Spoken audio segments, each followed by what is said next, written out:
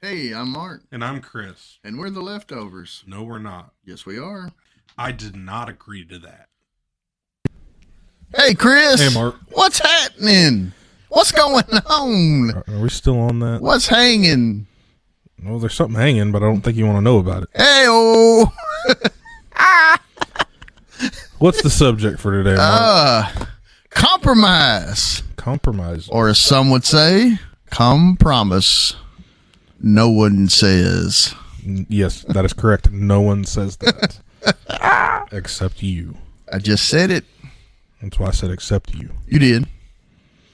Compromise. Compromise. Chris. What do you think of when you hear the word compromise? Well, you know, I like to give definition yes, I know you first. like, but no, foremost. we're doing different. It's an agreement or settlement of a dispute that is reached by each side making concessions. Means you're giving up a little something to get a little something. That's one definition. It is. You also have the times, I don't have the book definition of it, but like whenever you have a wall and A wall? you have a wall and like a big piece of it gets taken out. If you say have that a wall is now compromised, and a large piece of the wall is removed, the wall is compromised. yes, C. you just want to repeat everything I say. I was just making sure I understood. You're so far across the room, I can hardly see you.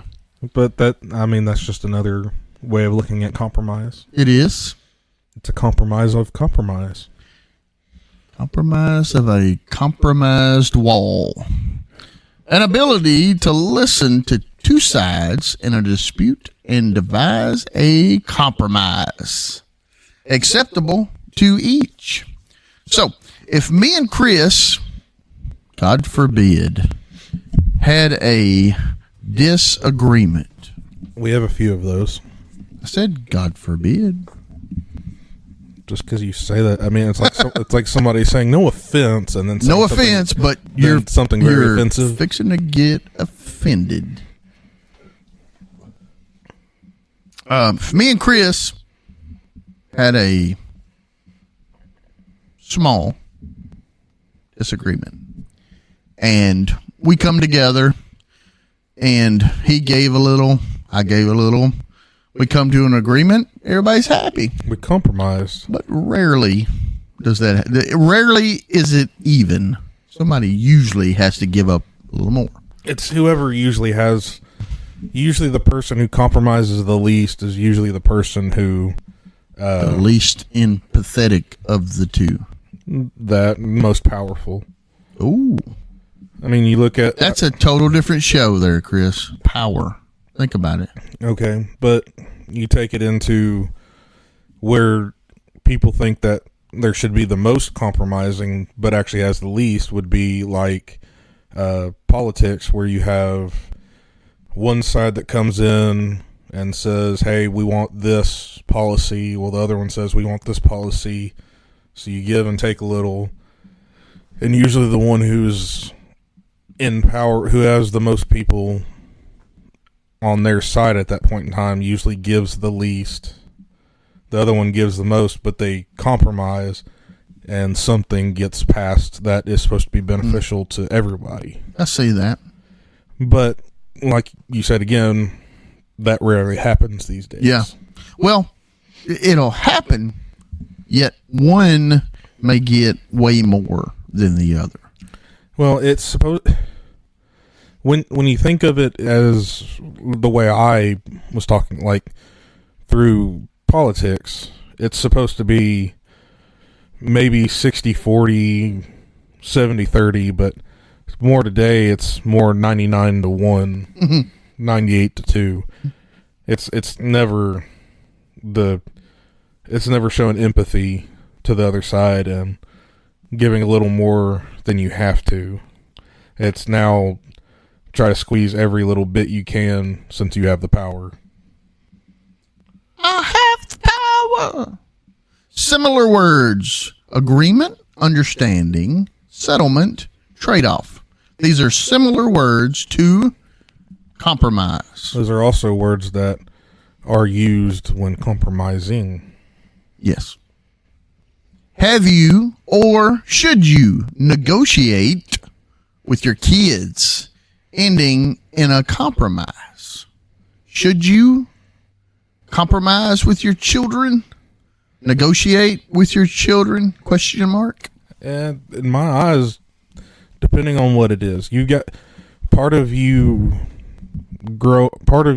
teaching your kids growing up is you have to show them how to act as they're an adult. So, yes, you are the one. So when, so I just had a idea. So children, I don't know how you discipline your children, but some kids get a spanking when they do wrong. Some stand in the corner, some do other things. So what you were saying, you learn how to act as an adult. Imagine a kid growing up thinking, okay, when someone acts up, boom, I'm giving it to them. I just thought that to be funny. I know. You're supposed to teach them how to act as an adult, and some of that is through the discipline of this is wrong. Well, if they don't have some feedback to show that that was wrong, whether it's a spanking, whether it's put in the corner. Got some harsh words. Don't do that again. Does that work? Depends on the Sometimes. kid. It depends. Oh, I mean, that's where. Yeah, the kid really matters. Some kids just ain't made that way. I mean, that's where you have to. I guess you could say you have to compromise in the way that you want to parent and how they need to be parented. You really don't learn that until you're in the middle of it. Because there's plenty of people that, oh, I would never spank my kids. I'd never do this. Oh yeah. Well, I mean, if you try putting them in timeout, you try giving them stern words, and nothing works. Yeah. I mean, you would think most people would try what they could within reason to parent their child. I'm not saying about reason. No, some parents threw reason out the window long time ago. Oh yeah, there's people that beat their kids, and I think that's wrong. Yeah, it's not going to get their point. You ever heard of? And I heard we used to have I guess you'd call it a rescue dog. We did rescue it, but wound up somebody had to rescue it from us. But the original owners of the dog just wore it out with a stick and hit it in the head for things and whatever. We took the dog. We're going to help it. Well, guess what? About 2-3 weeks into it, attacked me. So, I mean, there it goes. We tried. Well, I mean, it learned how it thinks it was supposed to act through what it was taught. The 2x4. What? I mean, they used to hit it with a 2x4 to keep it from attacking people, and it didn't work. That's like when you just wear a kid out. Well. It's not going to work. I mean, if you can't get it on you're probably not going to get it. Most of the time when parents go crazy on children, it's their own problem. It don't have a thing to do with the child. The parent's upset, mad, rough day at work, lost a job, something, when you get past Take it a out. spanking, yes, that is all the parents. Yes, that's all parent. When you get to where you're beating your kids, that's all yes, parent. that is all parent. And hopefully the other parent stands up and says, hey, stop it. Majority of the time they don't. I know mean, it. that's where that's where you're supposed to have two competent people. Yeah, sometimes you got one. Sometimes you got zero. half. Most kids try to negotiate around parents to get what they want. A lot of adults do the same thing. Not negotiate with parents, but around them, meaning no compromise. When you're negotiating around, and I'll explain in a minute, when you're negotiating around to get your way, you're not compromising. You can't expect a child to understand like an adult. No. And so when you're negotiating with the child, it's not like you're negotiating with an adult. They're children. They've got to learn. Now, working with your kids to help them understand how to talk to people, how to negotiate with people for something that they want. There's a way to do that. And to show your kids how to do that, that's good. But if they use you to get what they want, that's not compromising for sure. And they're only negotiating for them. Has nothing to do with you, except for you can get them what they want. Well, in doing that, you're compromising yourself. Yes, you're compromising your morals or your standards of how to raise children. And the longer you do that, the more compromised you are as a mother, father, whatever. Well, I mean, people all the time compromise themselves to try to make themselves feel better. Hey, Because if they do something that's wrong, they're compromising their morals. Yes. Because they want to make it seem the least terrible as possible in their own minds through compromising their morals, saying something that they know is specifically bad or lying. Really? When someone lies, they'll be like, "Oh, it was a little white lie. It was a joke." There's a good joke. It was a joke. No, it was a lie. Still was a lie. Regardless how cute it was or how much it helped you along or maybe it helped somebody else. Guess what? Still a lie. It's still compromise. Call it what it is. Let me rephrase that. You're still compromising what you believe to make yourself feel better. Yeah. You are. Everybody does that. Uh-oh. You just threw in an everybody. Everybody. Hey, Chris, should we compromise with our kids? Yes or no? See, I can't just give you yes or no. It depends on it depends on the situation. I'll expound on that in just a second. I think sometimes yes, sometimes no. You're right. Yes. If you give a child an allowance, you give them a few bucks a week. Okay. And without any stipulation, say you clean your room because you just need to clean your room and has nothing to do with this money I'm going to give you. And you tell the child, I'm going to give you $25 a week just because I'm the parent, you're the child. The parent and the kid says, well, 25's good and I'll appreciate it, but 30 to 50 would be even better. Could we up it a little bit, Mom? Please. So they're trying to compromise on or negotiate. I guess that's more of a negotiation than a compromise. Yeah, that's more of a negotiation because But the compromise would be the parent says, you know what?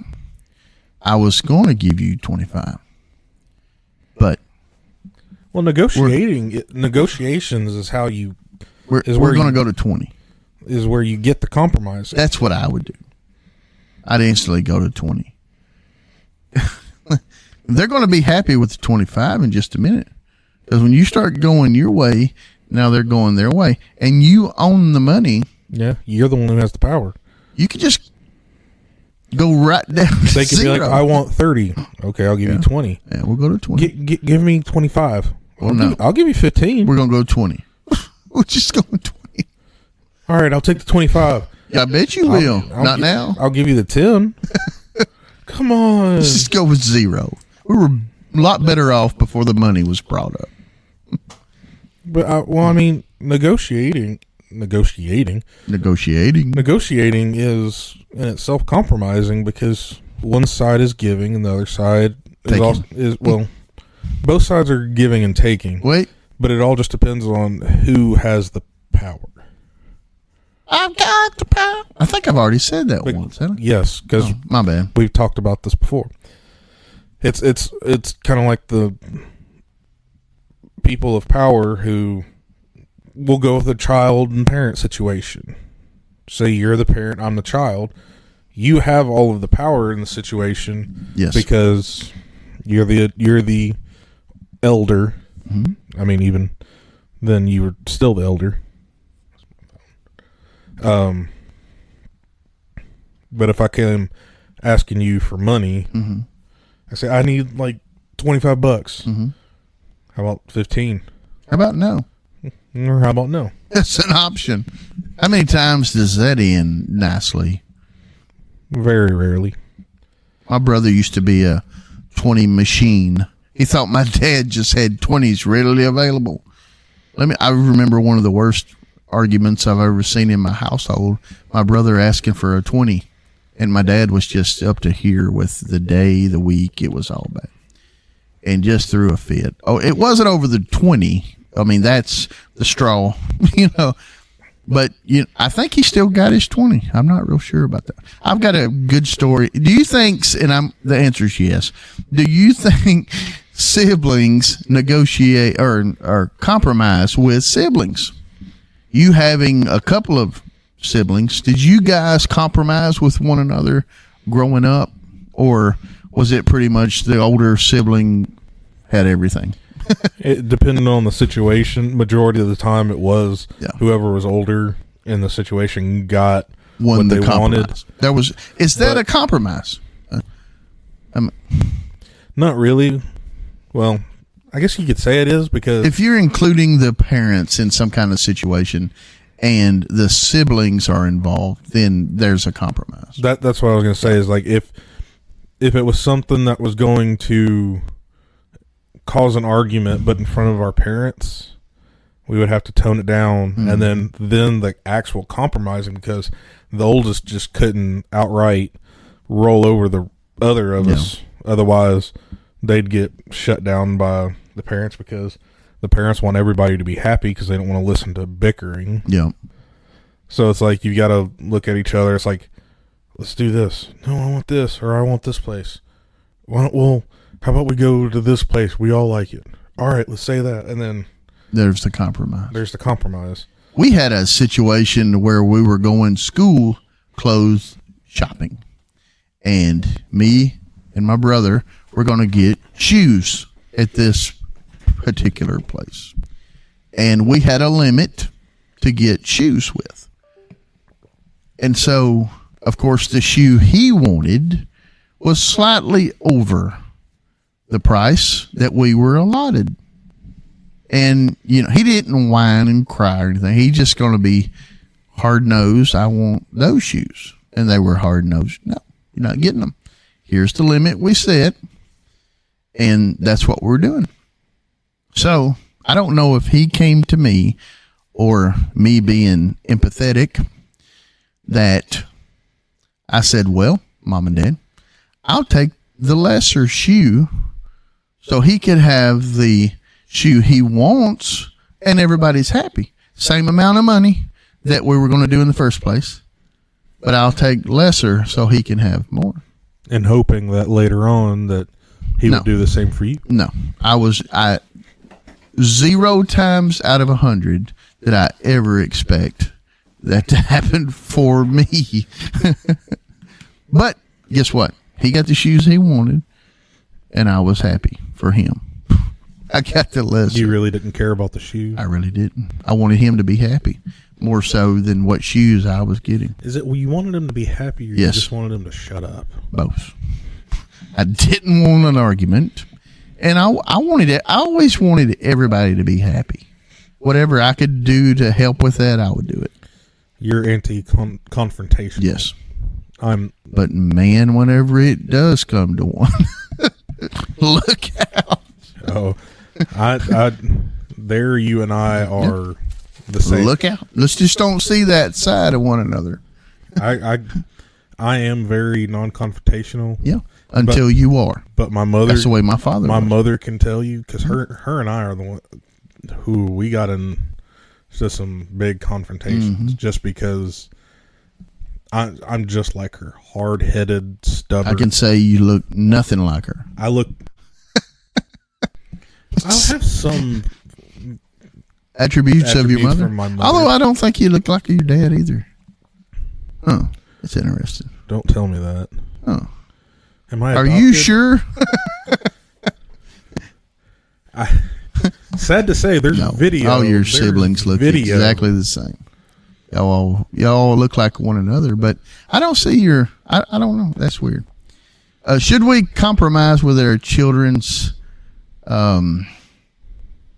Should we compromise? Okay, so if you're going to put your child in the corner when they get in trouble, and Nobody puts baby in the corner. is it a movie? Something I've heard my whole. I still have no idea where it's from, but I hear it my whole life. If you would like to call in and tell us where this come from, No one puts baby in the corner. I don't hear know that what all the that time. is. I was like, I don't know what that is. I don't either. Maybe the dingo ate your baby. Oh, You know where that's from. nope. Seinfeld. Is it Elaine says it. really? Maybe the dingo ate your baby. It's actually from something else, but Right, Elaine but she's Elaine does say saying it. it. Well, there you go. So if the child decides, "Hey, mom, dad, I don't think sticking me in the corner is really working. Could we do something else?" Negotiation, and should you take the time to negotiate, compromise, to come out with a compromise with your child? In that situation, no. No, they're just going to get the corner and that's it. Well, I mean, that is a punishment. Mhm. Punishment is not supposed to be at any point enjoyable to the child No, because not enjoyable. Changed, compromised. you're hoping to put change in the child. Mhm. But if you're giving in to, I don't What want to go they to the want? corner, but in giving in just a little bit. How many times does a prisoner say, I don't want to go to jail? They say it all the time. They get a 25-year sentence reduced down to 20. How often That's does a that happen? compromise. I imagine it happens all the time. I don't know. That situation never happens. It's Through a lawyer, it does. Just your child doesn't have a lawyer. What you were saying is a judge says you're sentenced to 25 years. Hmm? But judge, I just want 20. Can you give To me some 20? degree, yes.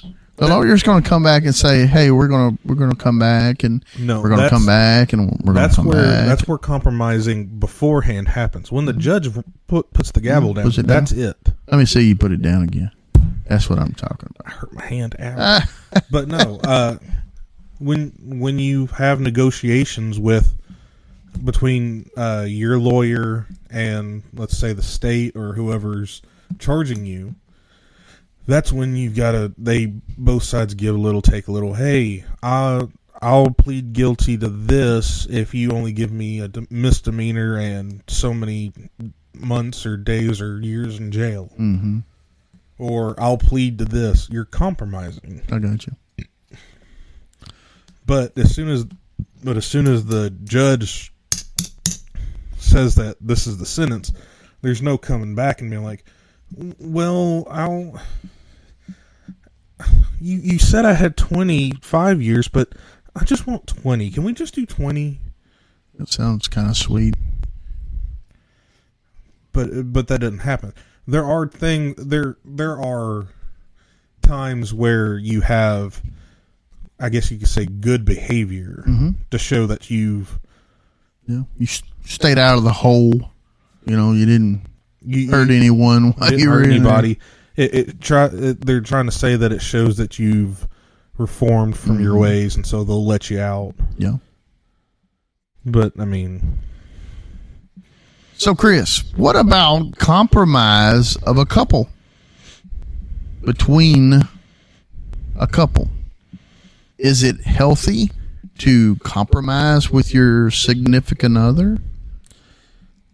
there again, it depends on the situation, but Well, I just take majority of the time, I would. where say are we yes. going to eat tonight?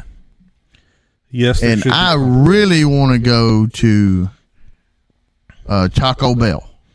And she hates to go to Taco Bell, but she really wants to go to the steakhouse. Well, we'll compromise and we'll go to the steakhouse. We'll go to Mexican. No, we'll compromise and we'll go to the steakhouse. That's not compromising.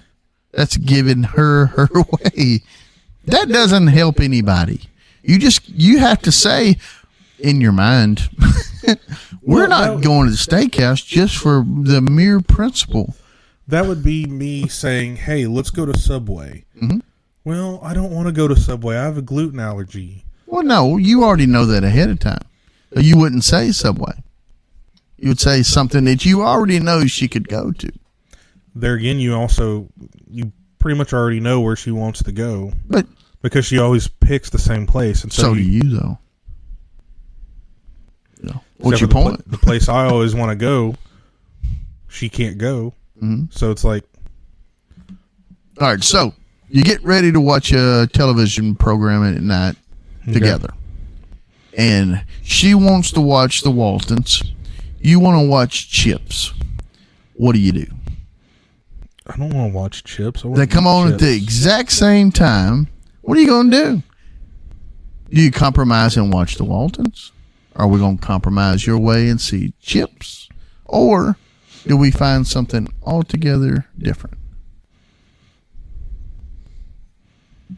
That's a compromise I wouldn't want to be in the middle of. Although it'd be Chips. In that situation, it's more than just a compromise. It's also there are situations where you can have two hardheads that are married to each other, or I'm watching Chips and I'm watching the Waltons, or what do you mean? Yeah, something like that. Okay. And but then you also have I would say the majority of men are all right. Yeah. She wants to watch this. I really want to watch. I know this. the word you wanted to use right there. She wants to watch this. I want to watch this. She's watching hers, so later on just let her watch this because I don't want to have her biting my head off. I thought it was going somewhere else. You're thinking that she'll give me a little bit into later on. Late night rendezvous. No, it's more of the guy. Speak for yourself. The guy really doesn't want to hear an argument. Have an argument over a TV show. There are some things that is worth standing up for. But a TV show, a place you go to eat. But what if the football game was the game of the year was coming on, and she wanted to watch whatever Food Network? But there again comes into where's the compromise? Well, that's where also it comes into every night she wants to watch this show. Mm-hmm. I want to watch this, but I let her watch this so that when it comes time for the big games, the Tennessee, Alabama, or the Super Bowl or the World Series, I like baseball. Mm-hmm. I've heard.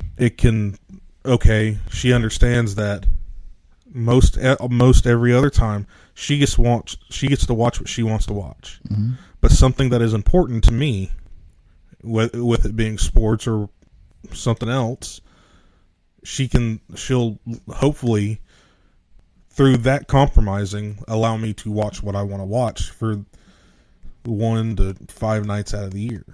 So do you think by watching the same television that is healthier for a relationship than having separate TVs?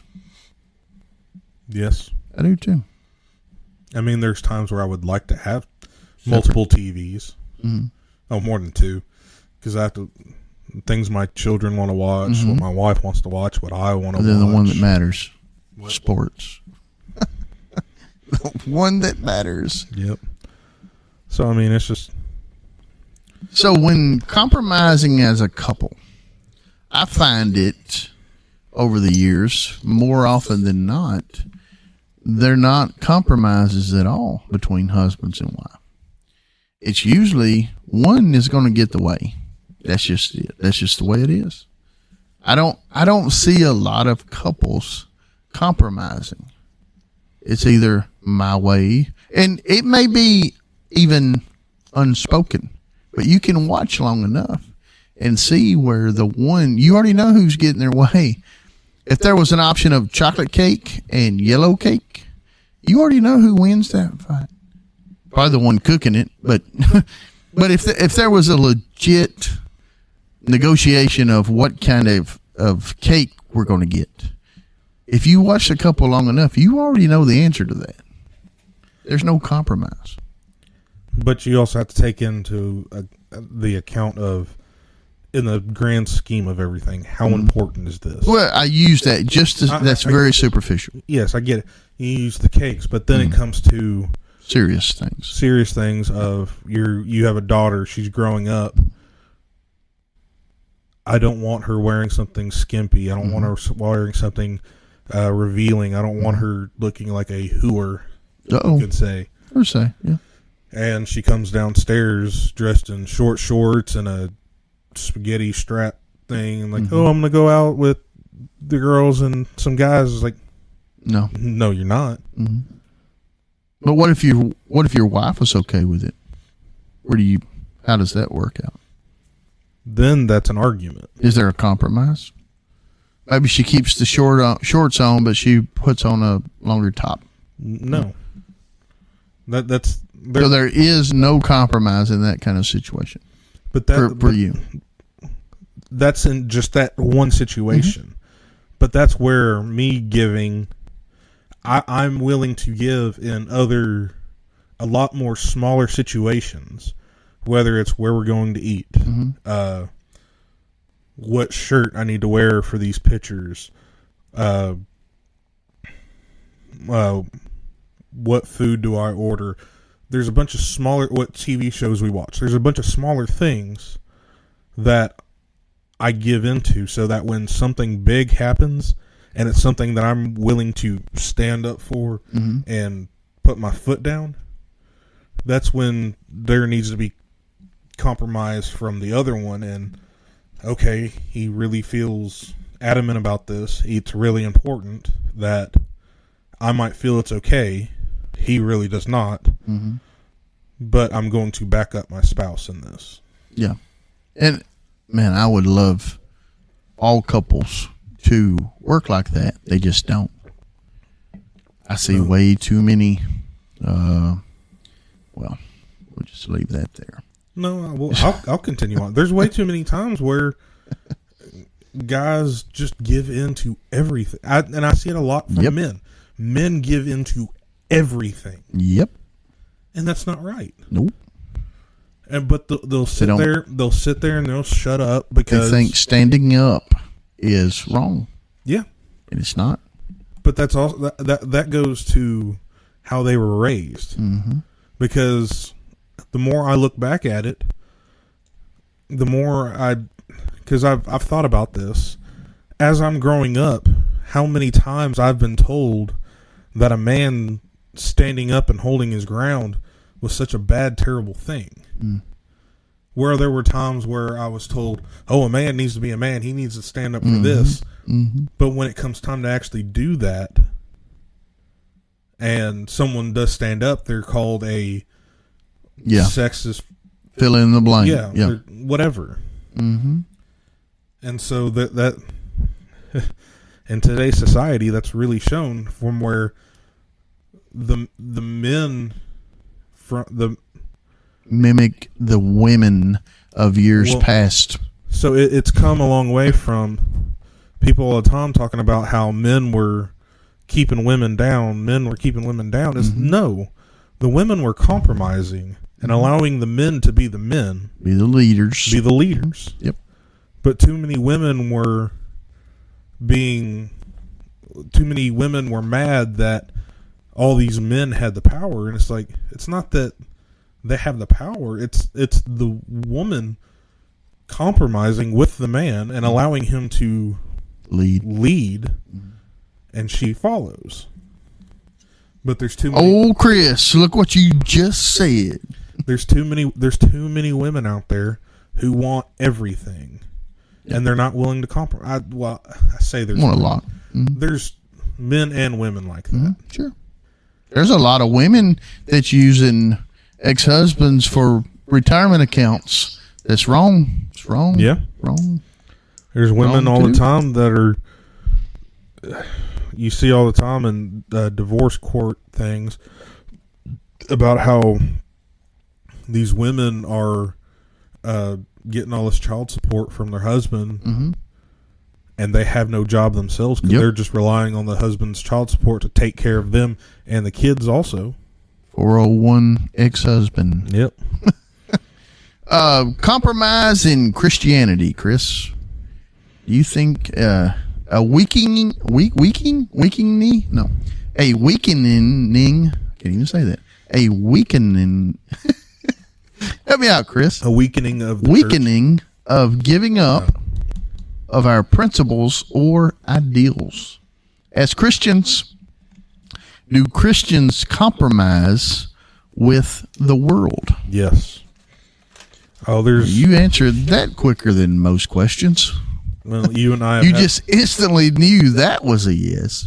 Well, you and I have had the conversations where I've been listening to other people talk about how there's this quote unquote progressive Christianity. It's these, I guess. Give me an example.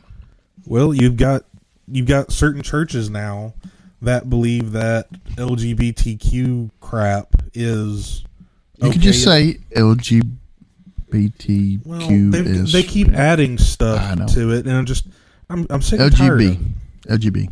I'm not saying that these people are not people and they should not be The whole shown dignity, organizational but ideal of it is crap. what I'm the people are people. They deserve respect just like any other person. Yes. The problem of the actions are the problem. Mm-hmm. Through Christianity, we are told that homosexuality is wrong. Mm-hmm. God made man, God made woman. We're also taught that sin is wrong. Right?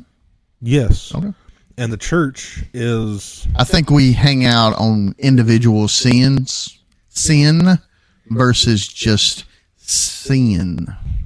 Sin. well the reason You see what I'm saying? Well, that's where progressive Christianity and conservative Christianity comes in. Is the progressive Christianity still says there's sin, Mm-hmm. but these certain things that other ones say are not sins, or that other people say are sins, aren't actually sins because of whatever they put in there. So their belief tells them their sex life is their own Their sex life is okay. I was listening to because it's through two consenting adults.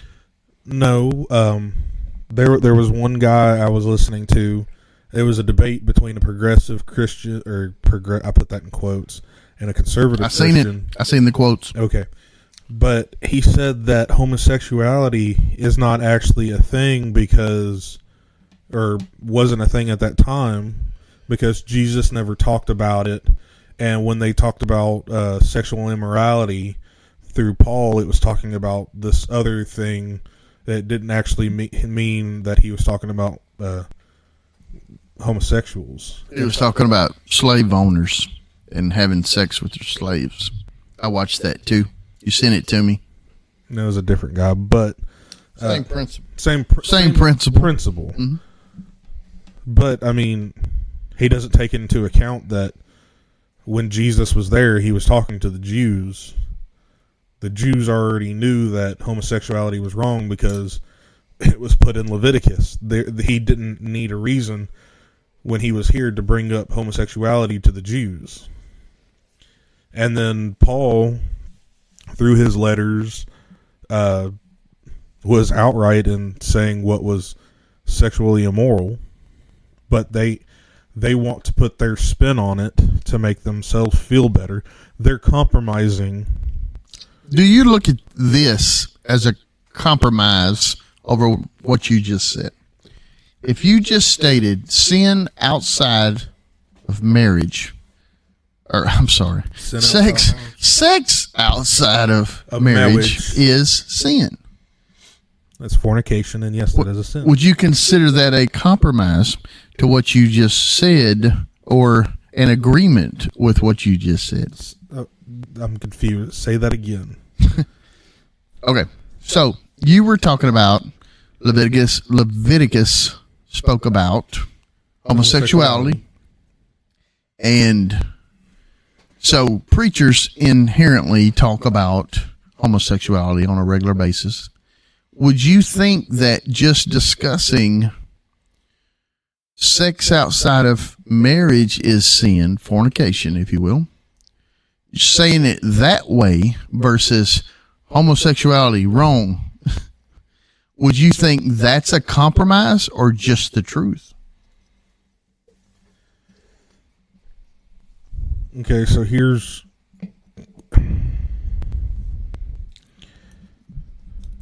when you're talking religiously, marriage.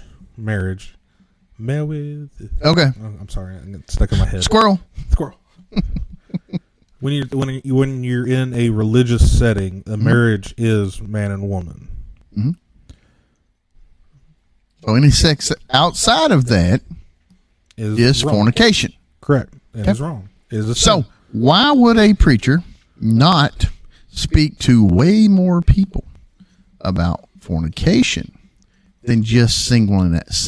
Boy, it's a tough day, isn't it? Yes, it is. It's that rip it. Singling out homosexual relationships, which is a much smaller percentage than just saying catching a greater amount of people and saying, guys, any sex outside of marriage is sin. That would, to me, but then again, you would grab a lot more people. But then again, you have to take a look at who your audience is. Yeah. If you're outside, yeah. How many homosexuals are you really grabbing on a Sunday morning? On your message, maybe a couple. I don't know. Maybe zero. But majority of the messages that you're giving on a Sunday to the majority of people on a Sunday morning is you're talking to Christians already. Oh, majority, yes. And so but not all. You've got to give them things that they can go out to the world with. And it's like with Jesus and the disciples or the apostles, when he was privately with them, he would probably go into a lot more detail about the new law and about how everything, just because he's being precise on these things, so that when it's time for them to go out, they're going to be talking to the world, masses. They're going to be talking to the masses. They're supposed to be showing Christianity through the way that they act. And so you can't just start off with all fornication, because in my opinion, you're not going to bring a lot more people in there. You start with, you get a lot more people's attention, because fornication is in a lot more people than homosexuality in your 300 crowd. 300 people you're preaching to on Sunday morning. You're going to catch a lot more people that's fornicating in a guy and girl situation than you are homosexuality. Now, if you mention fornication, you are mentioning homosexuality. But if your sermon is homosexuality, I think the way guys and girls would look at this deal, he's talking to them instead of talking to me that I'm living with my girlfriend. Nobody's talking to me this morning. So I just think, I asked the question, I don't think you ever answered it. Do you think that is a compromise in the American preacher to preach on fornication versus homosexuality? I mean, in all honesty, no, because you're still preaching the word. But a lot of people do not look at it that way. They think that's a compromise.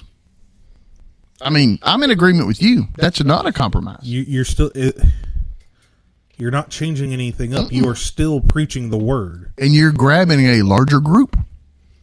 You got a husband and wife there that aren't fornicating with adultery. They're significant with one another. Hopefully that goes on in all marriages, but guess what? It doesn't. Nope. So you're even catching them in this message versus the homosexual message that, like I said, small percentage. But Don't know how we got there. But How did we get there, Chris? either way you go about it, no matter which way you talk about it, it's not. I don't feel it's compromising either way. Yes, it's this might get this big group, or this might only get this little group. Yeah. But as long as you are still using the word and using what it says, and not trying to change things here or give different meanings here than what was. It's all manipulated, though. Every message is manipulated in a way, and whether it's intentional or not, I'm not even saying. It has to be curved to what you have to say that day.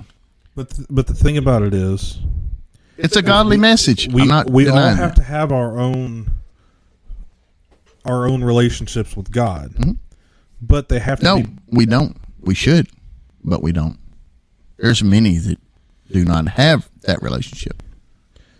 Yes. As all, did you mean Christians, or did you just Yes, mean all, I like mean in as- everybody? no, I mean as okay, Christians. Christian, yeah. Mm-hmm. As Christians, we are supposed to have our own relationship with God. Yes. And if we believe something that you're not supposed to be wholeheartedly stuck on one thing, it should be the whole thing. Not I'm lost. see, you don't like how it feels, do you? You just lost me in that deal. Wholeheartedly, the whole thing, and the whole, and the whole, and the whole.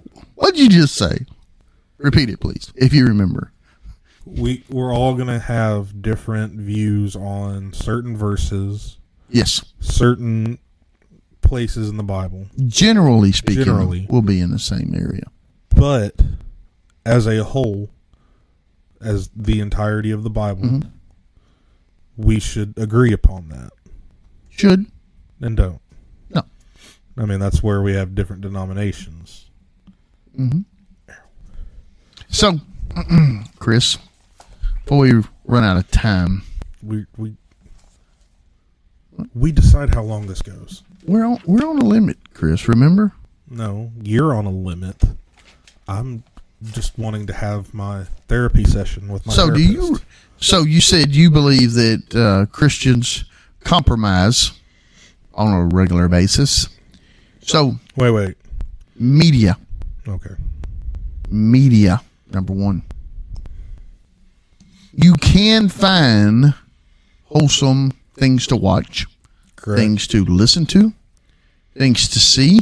It's all out there, but it's not readily available. You've got to search for it. Nowadays, yes. If you want to search for a Christian-esque program, you're going to look around for a minute. I'm gonna. It's hard to watch a football game. Well, that's where I was. That's where I was gonna go. A Difficult. little like broader, to find something that's not even Christian-esque, to find something that is, I guess you could say, moral-esque, is hard. Yeah. Because everything has, you have TV programs that are trying their best to capture a little niche audience. Yep. And instead of trying to pander to But- everybody, That being said, we have plenty of stations. So you can be a niche market. You can go find some little, just small percentage of America and show them what they want to see, because we have so much to watch. yeah, well, you're talking about like Disney. Disney has their Disney Plus, where they have all their Disney programmings, whether it's the older stuff that they've taken certain things out or changed certain things in. Maybe they should, maybe they shouldn't have, but that's their right. They have Yes. the right to do that. But then they also have their new stuff where they can have their woke ideology, where they're teaching something I wouldn't want my child to know. Don't let them watch it. I don't. But then you have places like there's a new company that just came out called Bentkey NT. BENTKEY. Ben Key. Mm-hmm. That they're coming out with non-political children's programming. Mm-hmm. It's literally basically children's programming from before I was born, where it's trying to teach them how to be nice to one another, how to... I was going to use the Roadrunner in the Wile E. Coyote as an example, but I don't guess that's being nice to one another. No. Funny. No, it's just... It's programming that can catch a child's eye and keep their interest, Mm-hmm. but without giving them how the world is. You think you can go overkill on that? Like just having your child watch Christian programming up till they're 13, 14, whatever. Do you think there could be overkill on that? To where they would just be like, I'm watching anything else but this. Possibility. There's a possibility in that. But I at would the rather same err time- on the side of caution. Well, it's not just that. It's also you don't want your kids to be of the world. They're going to be in it though. Mm-hmm. And so they need to know that there's going to be certain things out there that they need to try to stay away from. And if you just tell them what it is, I'll give you an example that is fairly embarrassing to myself. Oh, I like embarrassing of you. Thought I was going to stop with just Growing- embarrassing, huh? Growing up, whenever there was because growing up, we all the time had people coming in talking about drinking and stuff like that. Alcohol. They never would say that. It was just drinking. Oh, okay. Oh, I probably messed your story up there, didn't I? Yes. Oh, I'm sorry. Because- I didn't know that's where you were going with that. Well, my parents Drinking. don't drink alcohol. Right. So I never took it to mean that, drinking alcohol and driving was a terrible thing. Yeah. Dr. Pepper and driving, not good. Yeah, that. It's dangerous. Yeah, You can spill it on your lap and have it run into a pole. Literally, growing up until I was in the That was your third or mindset? fourth grade, I can see that. I didn't know anything about this until Yeah. I had. So just adding the word alcohol there would have cleared up a lot. Well, not just that, but having my parents explain that to me, because they knew my parents were involved in my education. They knew what I was learning about. They knew all this other stuff because they were involved. But even still, them knowing, they just automatically thought that I knew that it was talking Took about it for drinking granted. alcohol. Yeah. So they didn't tell me. That's pretty funny. So you're leaving a kid to Yeah. go off You his got to own knowledge. Yeah, figure that deal out yourself there, Junior. That's pretty funny. I told you it was Politics, embarrassing. Chris. I know. Oh, I know you're so excited there's for not- me to talk about politics. Well, look. So we're talking about Christians compromising. I believe in politics. Politics, Chris. As Christians, do we compromise who we are as Christians when we vote? Question mark. Yes. Well, you answered that quickly. You and I have had these conversations. It seems like just not too long ago. Well, you and I have these because I listen to political podcasts a lot. You do. I just can't. And I listen to used music. to. Well, I listened to talk radio before podcasts was even a thing. Yeah. And same principles. Yeah, and it's just no matter its who, own and its own and its own. no matter in today's society, no matter who you vote for, you're compromising in your own beliefs because not everybody is going to agree with you. The closest. No one's going to agree with you 100%. Not at all. But the closest Yes. to your Christian beliefs. Yes. That's what I Well, think. not just your Christian Yes, beliefs. just your first and foremost, yes, your Christian beliefs. And then morals, and then, what your wife tells you. Things like that. On down the list. What I tell my wife. But I think, and you're going to love this, Chris, I think to a very certain person. Trump was a compromise of Christians' beliefs. Of Christian morals, yes. Yes. Guilty. So is every other president ever voted for. Well, if you just look at... You're wanting to single out a certain particular person. Because it's the most recent. No, I don't know James K. Polk's stance on homosexuality. You're not going with the most recent. You want to go most recent, Joseph whatever Biden. He's a Joseph whatever Biden. I think it's R. Yes, whatever. it was him versus Trump. That was the vote. Yes, that's why I used but Trump. If you want to go morals wise at president, Christianity. okay, Your Christian belief. Christian wise, right? Joe Biden is still the most. Joe Biden's been married one time to one woman. What happened to his other? I thought he was married like 74 years or something. Some stupid amount. His first wife died in a car crash. Okay. So He's then been married twice. he remarries. What's he supposed to do? Versus a man that's been divorced numerous times. Okay. Is he? I mean, that's just very superficial. That's stuff on just very small things. As far as we believe as Christians, electing our leaders in our churches, there are certain principles that we go by. I don't like them. That's just the way they are. Right? So why would we not, as Christians, vote for the same principles as we vote leaders in our churches? We should. But the difference is when it comes to politics, the majority of the politicians that are out there are nowhere close to the Christian leading ways as a church leader. But you want to get the closest one you can. One, someone that professes to be a Christian, first and foremost. That'd be the first one you'd want. Okay, And then if you have two that profess to be a Christian, then you would want to start looking a little deeper. Okay. Right? You can have someone that professes that they're That's all you can go for. You cannot go and judge folks for what you think they are.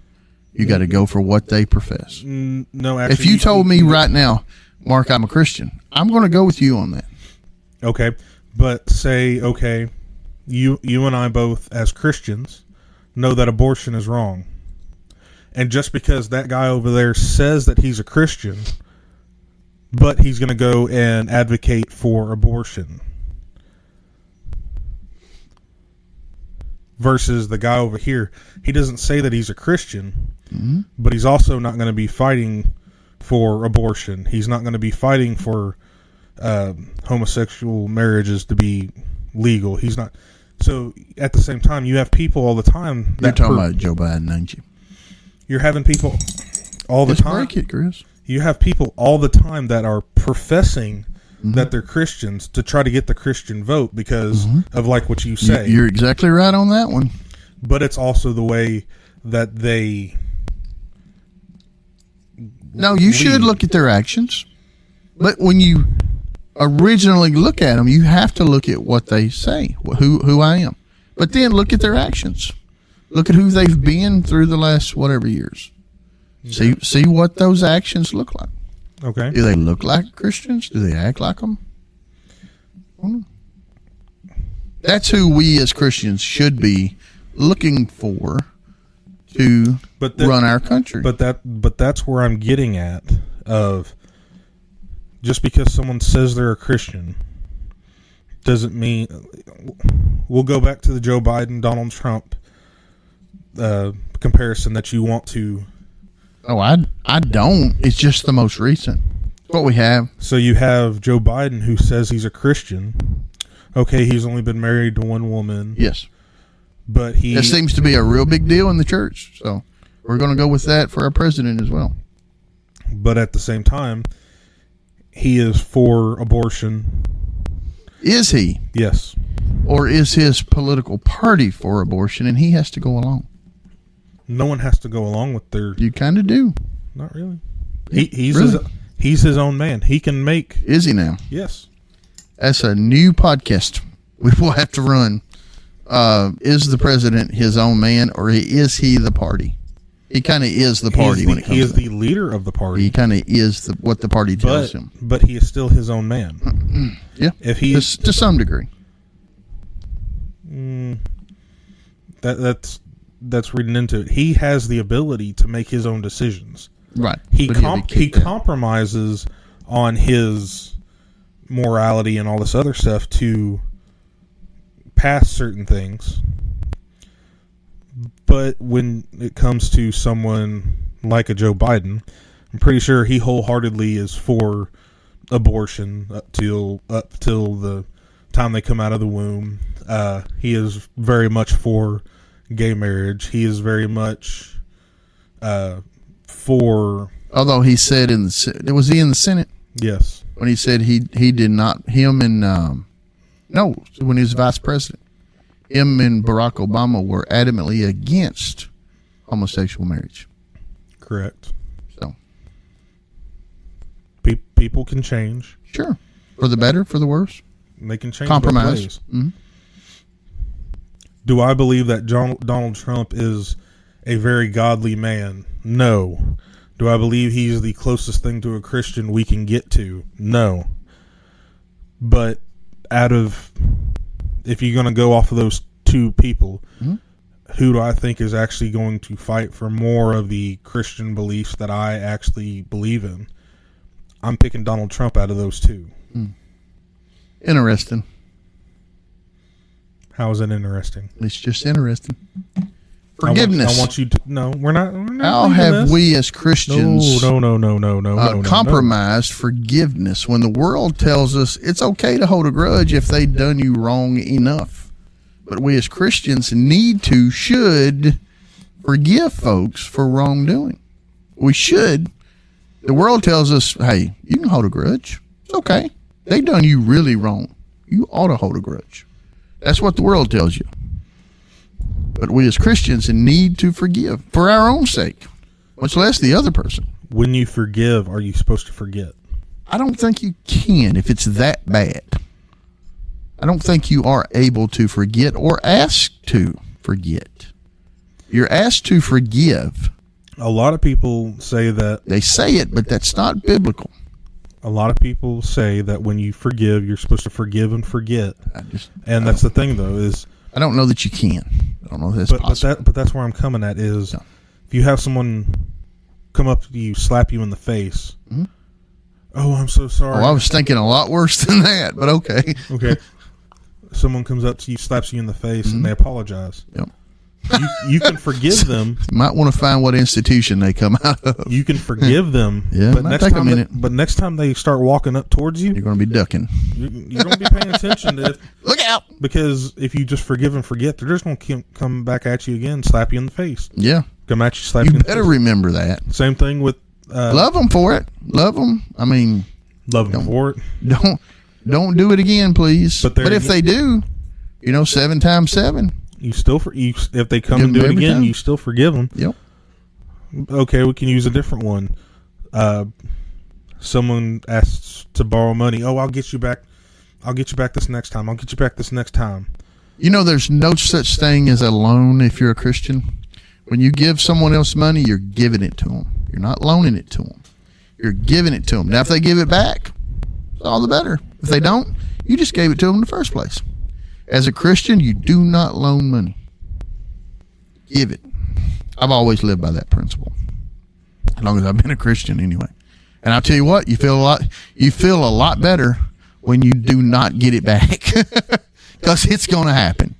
But when you give it wholeheartedly, hey, here you go. That's yours. You give it back, better. If you don't, I'm still good. And the last one I had, Chris, was our words. As Christians, we should keep our words godly. Do we slip up? Yes. Do we ask God to forgive us and help us over those slumps? Yeah, we do. We should. Not screw up, but we should ask for forgiveness. we should keep our words godly. Don't compromise your wording, your speech, your talk, just because others are doing it. Don't do it.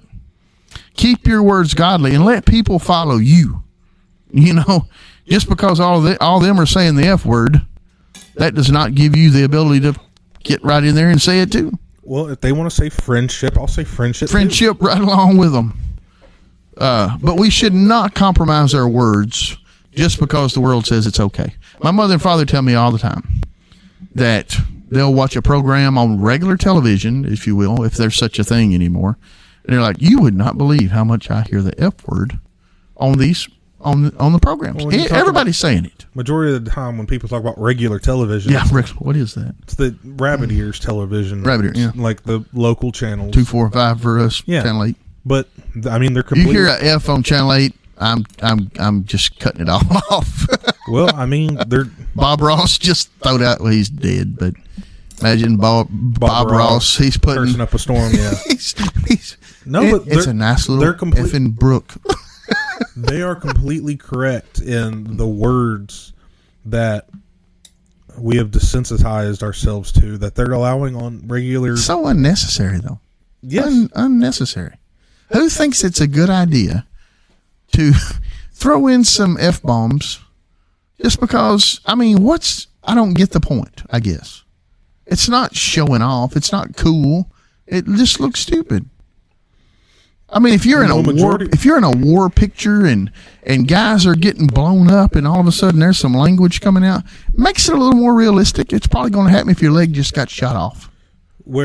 So majority of the time in real life, majority of the time when you have somebody using that kind of language, it's to emphasize something, whether it's through anger, excitement.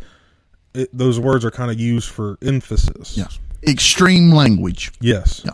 For extreme situations. But now those words are just becoming so common on TV that it's starting to make its way closer into vernacular of it just being another word. Not for me. But, well, I mean, in all I don't think the majority of people accept that. Well, some, okay. but not everyone. I've done a little bit of research into this. Uh-oh. And majority of the words, I'm not going to say them to hurt anybody, but majority of the quote unquote curse words today, or cuss words, were actually at one point just everyday words. But because of certain people didn't think that it sounded nice, but that's what I've heard from some people is like, it just sounds white trash, or it just sounds trashy when some people use that kind of language. That's how they became quote unquote curse words. Yeah. It's not that they were bad words, it's just they sounded bad. And so people are like, you don't need to use that. Use a better sounding word. But if you use a word in the same sentence as you was going to use the quote unquote curse word, and you throw a word that sounds like that word in there, as a Christian, all right, are you not virtually saying the word that you wasn't supposed to be saying? You've compromised it into this other word, but same meaning. But then again, should we not use that word because of a bad meaning, or because back in the day when people started to try to take these words out of the vocabulary, they just took these words out, not because of their meanings, but because of they didn't sound I think good in the English language. I think the other one, meaning, not just how it sounds. But that's the thing about the English language is we have so many words that mean the exact same thing. There again, we also have one word that could mean 8 I'm thinking different of a things. word that could be an example, and I don't say it, but it has to do with number 2.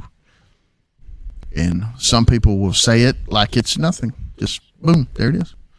And then other people will use other words that they all mean the same thing, but instead of saying that one, they say the other one, but it's got the same meaning. So where do you just, okay, if you're going to explain to somebody that I've got to go use the restroom, Okay. right? And maybe you're around a group of guys and you feel comfortable and you say, hey, I've got to go, you know, what the word that you would insert there. Is that compromising your words, or who's it for? The people you're around. Usually, yeah. You're not going to say it to yourself. You know, you're just going to go do it. So why compromise your wording? Even, I mean, I don't. But that's what I mean again, though, is think about it though. I am. All these different words mean the same thing, including this one word. Yeah. So why is this one word bad and not the rest of them? They all are. But No, are they bad? Yes. Okay, if I were to go poop, or if I were to say the other word, Same meaning. why is it bad? Because you said the same thing. What am I saying? Yeah, you're upset. Just say I'm upset. Why can't I use one of those other two words? Well, it's how it's perceived Exactly. by others. That's exactly what I'm saying. Perception. It's perception. Words We are already had perception. that. We already had that show. But that's what. But Please go back and listen. But that's to it. what I'm getting at, though, is because certain people perceive certain words to be bad. Mm-hmm. Why are they bad? Because they perceive them to be that way. So do you, or you never would have said it. You wanted to get an emotion out there and let people know you're upset. Okay, why So is you that? use Why it. is that bad? Well, you could have done it another way. I could have done it a different way, Different. but still would have said the same thing. No.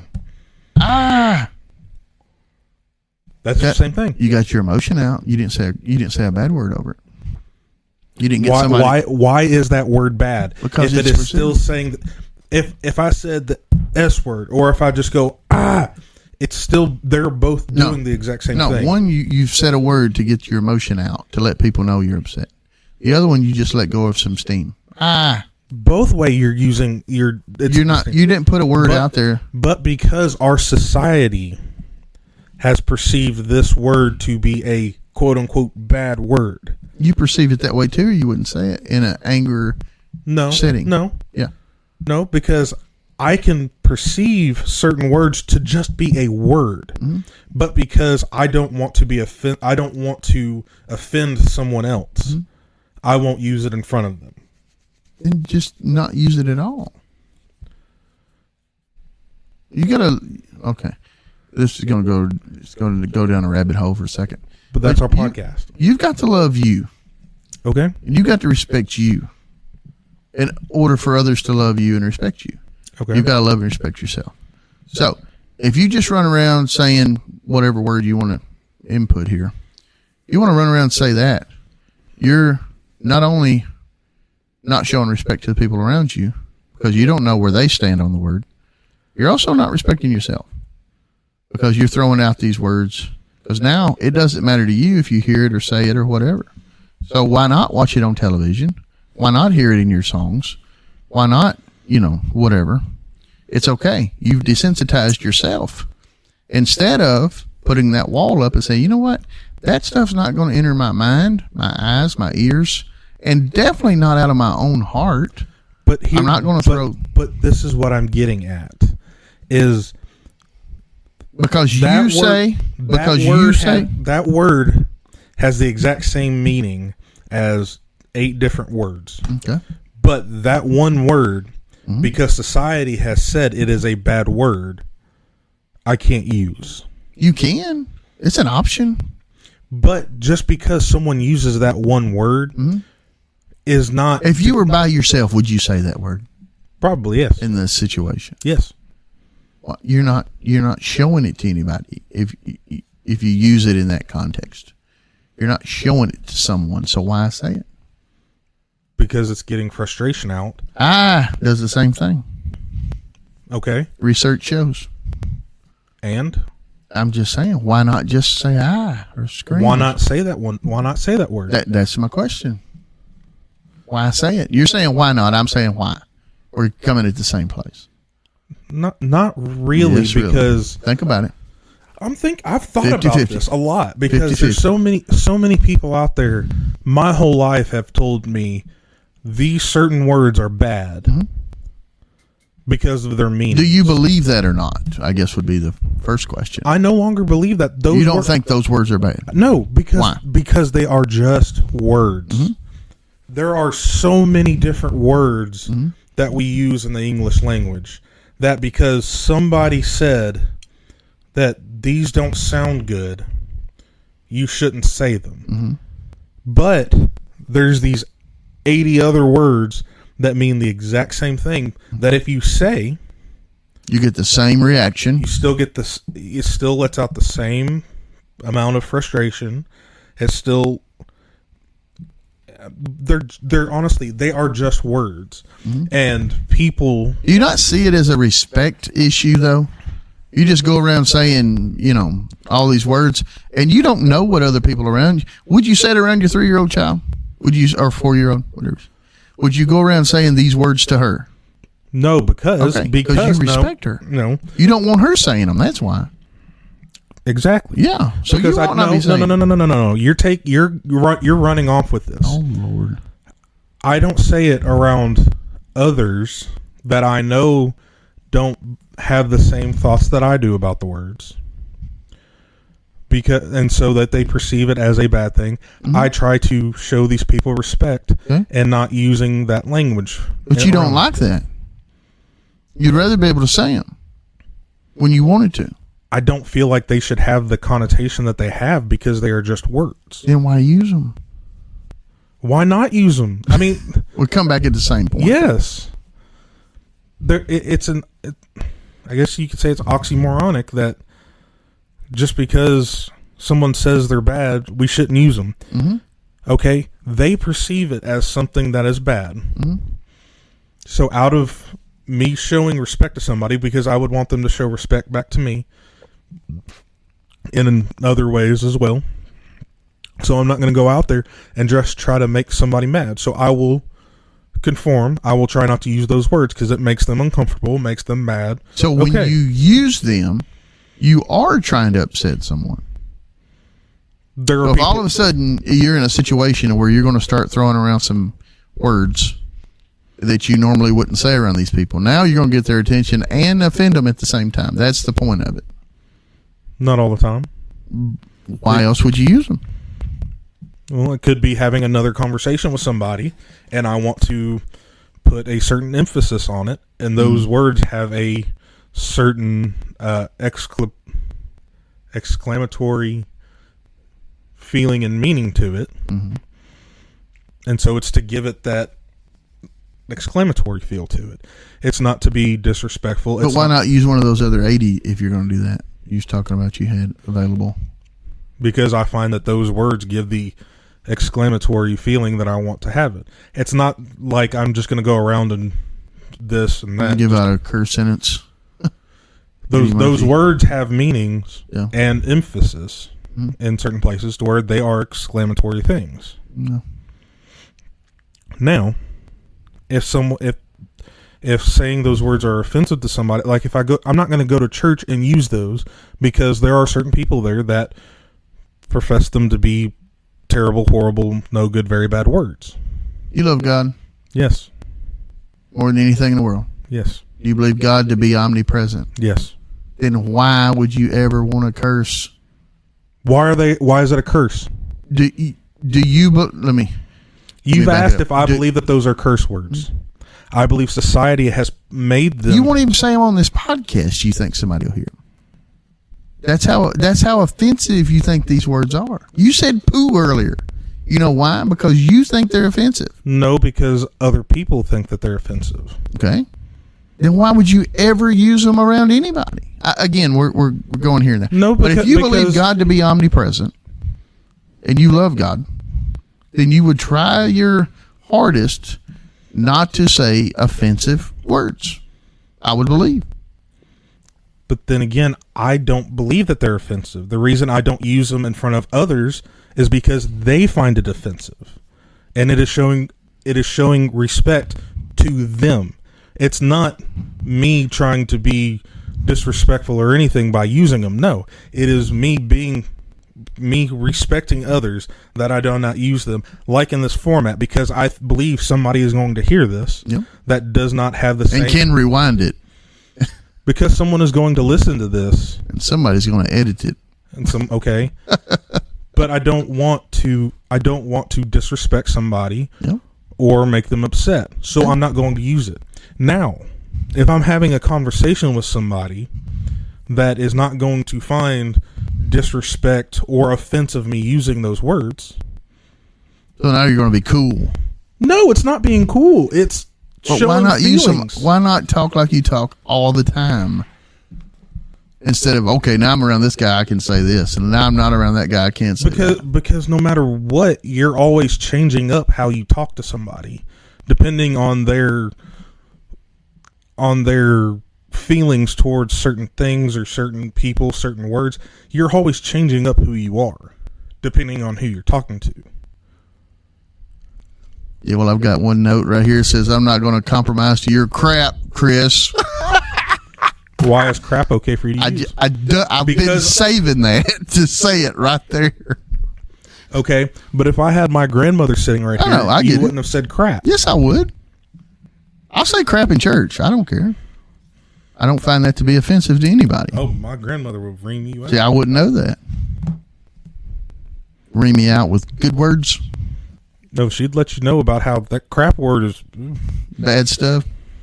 A lot of it has to do with how we were raised, people we're around. I mean, I was raised. My father was raised in a household where they used some very rough language, early ages, and he had to grow out of a lot of that. How he was raised was not how we were raised. So thank goodness. But then again, you also asked me would I say these words in front of my child. Mm-hmm.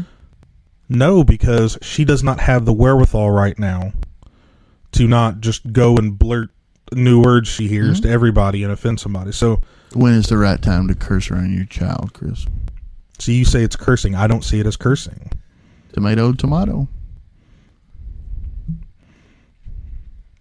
There are people that are offended by certain words, or people who are offended by other things. And so out of my respect of being who I am, I'm not going to force others to have to put up with your cursing. Chris, you know what we want everybody that listens to do? What is that? I'm going to my little hole now. You can tell them. Do you know what we need everybody listening to do? Share the podcast. Share, and share. Like it, share it, listen to it, share it. Like it, share it, give 5 stars if there is. Hey! Yes, I came out of my little hole for a moment. That wasn't good. So what's the word for the week? The word is compromise. How do you spell that? You spell that promise. I want you to give a full spelling of the word. COMPROMISE.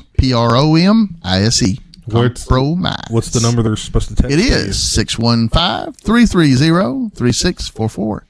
And what might we do if they send it to you? We've had very little participation in this in the last few weeks. Maybe because I haven't produced a program. But you were putting them out left and right when there for a little bit. Produced, stopped. Call 615-330-3644.